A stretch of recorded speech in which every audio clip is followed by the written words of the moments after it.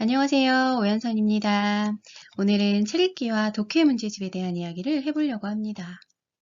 생각보다 많은 부모님들이 책과 독해 문제집 사이에서 고민을 하고 계시더라고요. 결론은 책 읽기와 독해 문제집은 근본적으로 다른 것이고, 독해력을 키우기 위한 것이 독해 문제집을 풀고자 하는 목적이라면, 진짜 독해력은 긴 서사의 책 읽기를 통해 길러진다. 이렇게 먼저 결론을 내고 이야기를 들어가 보겠습니다. 책 읽기는 기본적으로 아이들이 스스로 읽고 싶어서 자발적으로 하는 거잖아요. 책 읽기는 그래서 지금 당장의 즐거움이나 행복감 또는 무언가를 지금 당장 알고 싶어서 이런 목적을 가지고 하는 행위고요. 문제집 풀기는 그 글을 읽고 정확하게 내용을 이해하고 있는가, 조금 더 정확히 들어가면 어휘를 파악하고 있는가, 문단의 내용들을 알고 있는가, 글이 전체적으로 얘기하고자 하는 것, 그리고 추론할 수 있는가, 대강 이런 영역들에 대해서 도달하거나 도달했는지를 확인하기 위해서 하는 것이 문제집이에요. 목적을 가지고 하는 행위와 목표를 가지고 하는 행위는 다를 수밖에 없어요. 왜냐하면 글은 그 무엇보다 스스로 읽는 사람이 자기 목적을 가지고 하기 때문에 의미가 있는 거거든요. 자, 자발적인 독서할 때 진짜 글에 몰입을 할 수 있는 일이 벌어져요. 아이들이 책을 읽을 때 보면, 특히 재밌는 소설류 읽을 때 보면 옆에서 불러도 모를 때가 있어요. 그때 진짜 몰입이라는 게 일어나고요. 몰입이라는 행위가 일어나야 독해할 수 있는 힘이 생기고요.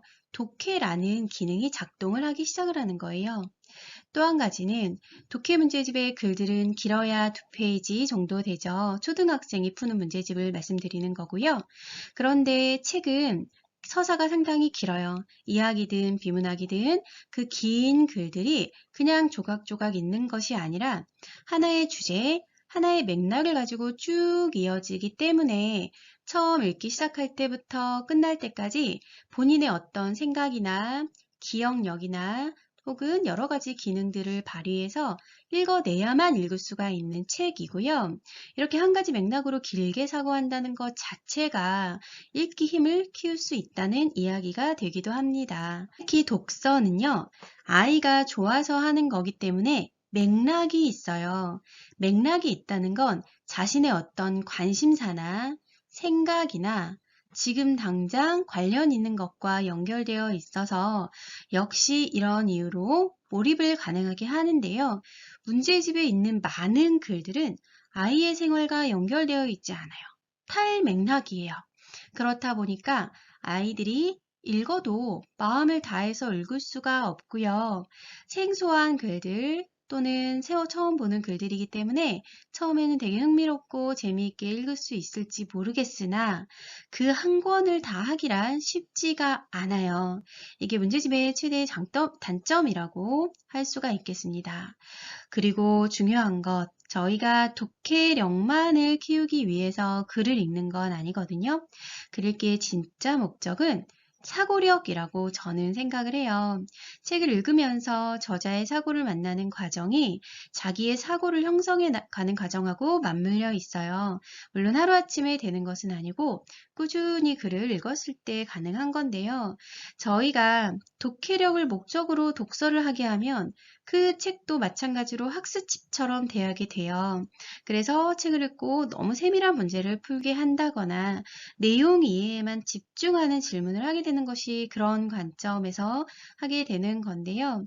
중요한 것은 책을 통해 얻을 수 있는 큰 사고력은 문제집으로 얻을 수 없다. 지금 당장의 독해력을 키우기 위해서 저희가 문제집을 권하기보다 장기적으로 봤을 때 우리 아이들이 스스로 생각하는 힘을 키우고 판단력을 키우기 위해서는 책 읽기가 더 우선이 되어야 한다. 이렇게 말씀을 드릴게요.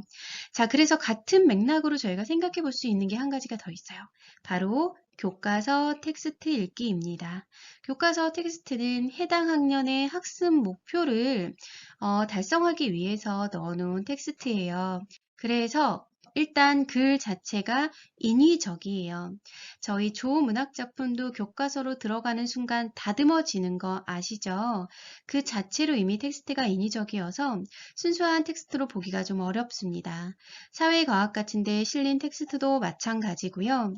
게다가 역시 문제집처럼 그 수많은 글들은 아이들의 삶과 맥락적으로 연결되어 있지 않기 때문에 읽어야 할 때는 읽어야 하는 게 맞습니다만 즐겨 읽을 수는 없는 거예요. 우리 주변에는 즐겨 읽을 수 있는 책이 정말 많아요. 그 즐기면서 읽을 수 있는 재미있는 독서의 과정에서 독해력이 상승한다면 아이들의 삶과 관련이 없는 글들을 억지로 읽으면서 계속 독해력을 상승하게 하려는 것은 다소 힘든 방식이고 무엇보다 어릴수록 특히 저학년일수록 그런 방식의 독해력 키우기는 아이로 하여금 글에 대한 거부감을 상당히 높일 수가 있기 때문에 즐거운 책이 우리 곁에 많다는 걸 기억을 해주시면 좋겠어요. 무엇보다 교과서 텍스트는 설명이 매우 요약되어 있어요. 내용이 전체적인 교육과정은 연결이 되어 있지만 그 하나하나 단원이라던가 그 안에서는 좀 분절적으로 나뉘어져 있기 때문에 이 교과서 텍스트를 잘 읽고 이해하는 아이는 어떤 아이들인가? 결국에는 언어 이해력과 독해력이 있는 아이들이 결국에는 교과서 텍스트도 잘 읽는 거예요. 우리 애가 교과서를 어려워한다고 해서 교과서만 파고들면 오히려 미궁에 빠지는 거예요. 이것을 훨씬 더 재미있게 설명해준 책들이 시중에 재밌는 비문학 도서들이 많이 있어요. 재미있는 것들을 읽다 보면 이해력이 생기고 배경 지식도 생기기 때문에 교과서 글은 쉽게 읽고 이해할 수가 있어요. 교과서가 기본이라는 말에 교과서만 보게 하는 건 우리가 큰 거를 보지 못한다는 걸 꼭 말씀을 드리고 싶습니다. 자, 그러면 독해 문제집은 그럼 하지 말자 이 얘기일까요? 그건 아니고요. 독해 문제집을 너무 빨리 하지 말자. 독서의 경험이 부족한 상태에서 문제집으로 독해력을 끌어올리려는 너무 힘든 방식을 택하지 말자.